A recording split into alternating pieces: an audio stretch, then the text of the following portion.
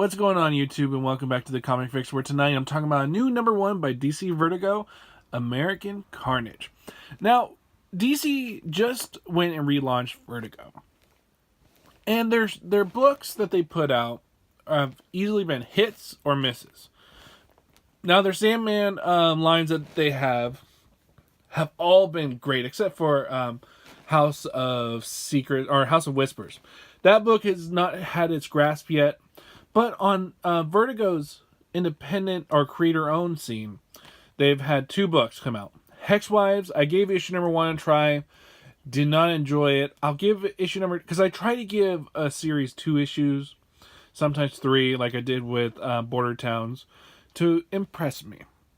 And with Border Towns, I was really impressed with the artwork. The artwork was really beautiful. But the political agenda that came with it was not for me whatsoever. And issue #3 just threw it over the edge, where I was like, I cannot support this book anymore. And hopefully I can finally find a creator-owned series with American Carnage that I actually enjoy. Now, this book is written by Brian Hill and art by Leonardo Fernandez and coloring by Dean White. I went into this book hesitant just after the Hexwives and the whole Border Town issue.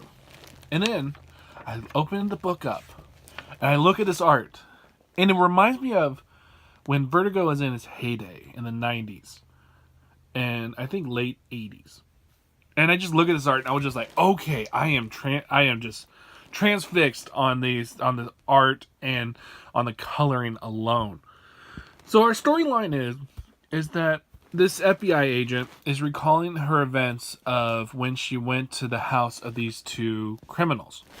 And they were being investigated for a bunch of crimes. And she wanted to get to them before they ran. And I was just so transfixed just with this panel layout. It's so simple, but so effective. And I love how in every single panel, it flows so very well. And of course, I had to hold my tongue or my thoughts about Border Towns when I see another swastika and another Nazi being shown in the Vertigo line. But in here, it's kind of works because the people, and you see this I don't like the guy who's hanging. It's supposed to affect you, and it does. And I felt like this guy's death and the way that she's recalling it works for the story that's being told. But I just look at that artwork, I'm just like, wow. Just everything, it doesn't feel digital to me. It feels like somebody's blood, sweat, and tears went into this book. I just love, especially this, where she's given the backstory to the events that led to that. I just love that panel layout. It's just so good. And then we get to our main story, where this FBI agent needs to get into and see how this politician plays into the whole story between these 2.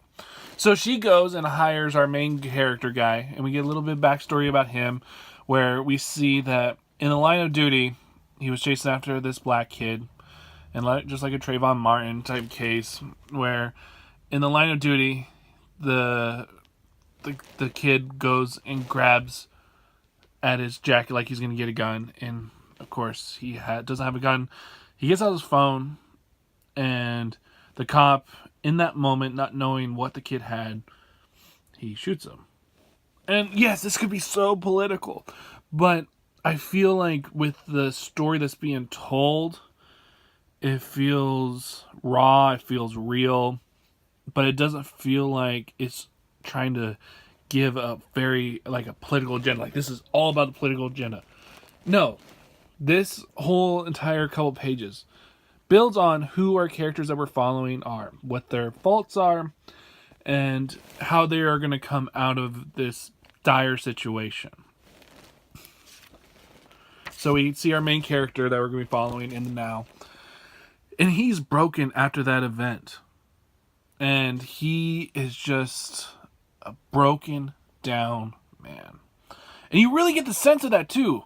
Like when she comes to him and he's saying, "Hey, you don't want me to do this, This is not a good idea. I am, not that man that you need me to be." And she tells him, "You are exactly who I need you to be. You can easily get anybody's favor. You can be the right-hand man. I need you to go and infiltrate this politician, see what he has and what his organization, because this politician that she wants him to go after is definitely a guy that tries to seem like he is the politician that's going against the establishment and like the draining of the swamp, but it doesn't feel like he's like a Trump at all. And I like that about this book is very well written. The political agenda, yes, is a political agenda, but I feel like the story is servicing the story, and the political agenda is not overtaking anything. I am very intrigued to see where issue number 2... boy talent. I'm very intrigued to see where issue number 2 goes, because issue number 1 was just a well-paced story. And I felt like I got a lot out of it. So, I'm not going to ruin what the ending of this book is, but I'm going to just say, American Carnage is not for everybody. It's definitely a very adult book, and it does have some moments where you're just like, oh shit, you went that way. But it all fits and it services the story. And there's a story here that's being told, not a political agenda just being thrown at you in every single way possible. So, American Carnage, definitely, I'm going to give it 3 issues. And then if it really impresses me in those 3 issues, it'll stay on my pull list.